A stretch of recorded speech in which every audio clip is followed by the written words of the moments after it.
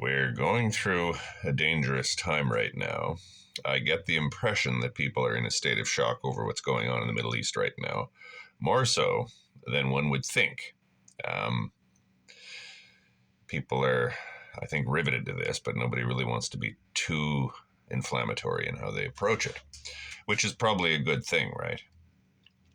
Now, I tend to sort of, at this point, what I would worry about is, in particular, first of all, anti-Semitism.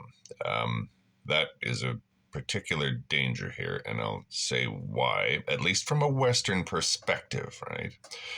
Remember, I'm a Westerner, and I'm mostly speaking to Western people, and why I think that, say, anti-Semitism is more dangerous here at the present moment, because, or a bigger danger than, say, Islamophobia would be, because we have two belligerents here in this horrific thing. Why am I harping on one? Well, I'll tell you why.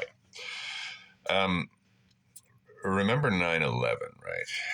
And remember those horrible images that we saw soon afterwards of whether or not this happened. I'm not interested in discussing whether or not it was a conspiracy, whatever. What I'm saying is the actual events as they unfolded were as follows. We turned on our TV sets and we saw Palestinian people dancing in joy, playing wedding music and handing out sweets. Now, whatever you make of that, okay, what I want to talk about here is the effect that that had on a Westerner, particularly on a Westerner watching this, right? I would say that that released possibly the ugliest thoughts you'd ever had in your life up to that point, right? And again, I don't want to talk about anything else other than the psychological effect of you being exposed to this, whether or not it was propaganda. What was that effect, right? What effect did watching that have on you, right? I would say that it had a horrific effect on you. The world looked differently. Everything looked different after you saw that.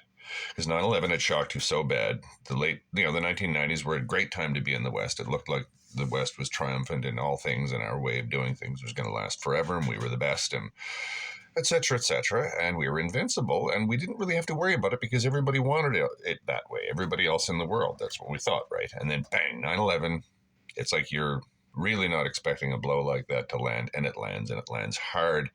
In a way, mass trauma, even though I hate to overuse that word, but mass trauma results, right?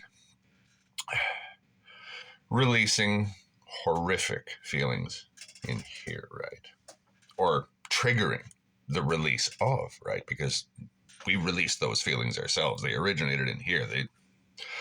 Watching the Twin Towers come down and the people dancing in joy didn't actually create the feelings. The feelings were created in here. They originated in us. As I said, those are the darkest feelings I think a lot of us had in our lives up till then. I mean that. I don't want to overstate this. I don't think you can overstate this. I think I'm in danger really of understating it, because some of the things that one thought and heard at that time, it kind of hurts to go back to, doesn't it, right? The true ugliness of our own thoughts at that time. Okay.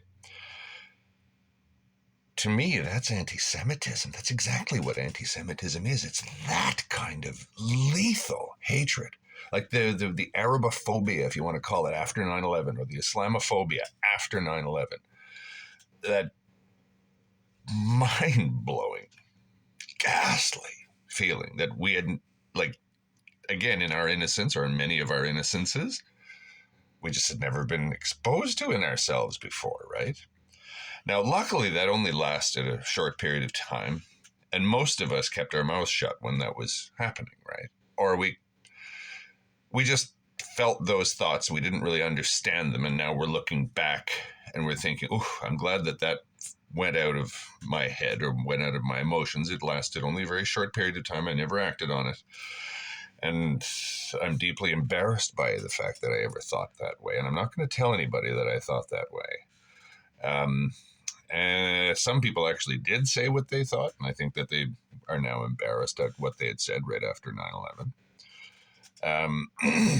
Same thing as like the people that are, in a way, like just as embarrassed as how they behaved on the 1st of, or the, what was it, January the 6th.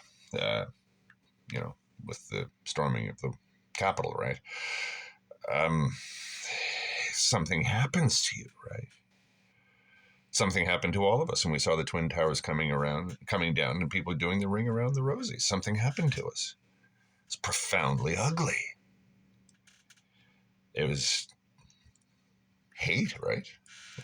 We wouldn't have been human if we hadn't felt that, because the conditions were perfect for us to feel that way, for us to react in that way to what happened, right?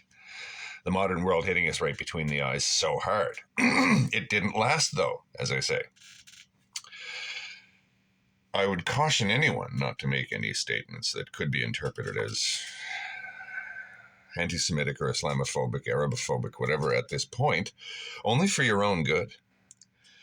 Because right now, when people look at what's happening right now and they put it together in their heads in a way that might not be the most optimistic, the human race is in a big jam right now, in a serious jam, like serious trouble here, right? I don't want to overstate this because it'll probably resolve itself peacefully. It'll be horrific, but it probably will resolve, or it will be resolved. At least in terms of whether or not it's going to blow up into a third world war. I don't think it's going to happen, but we must not underestimate the power of this to really alter us, right? And when this does blow over, and I shouldn't say blow over, but when the crisis is resolved one way or another, we will have to have, in our own minds, answer for what we thought, what we said, what we did during this period, right?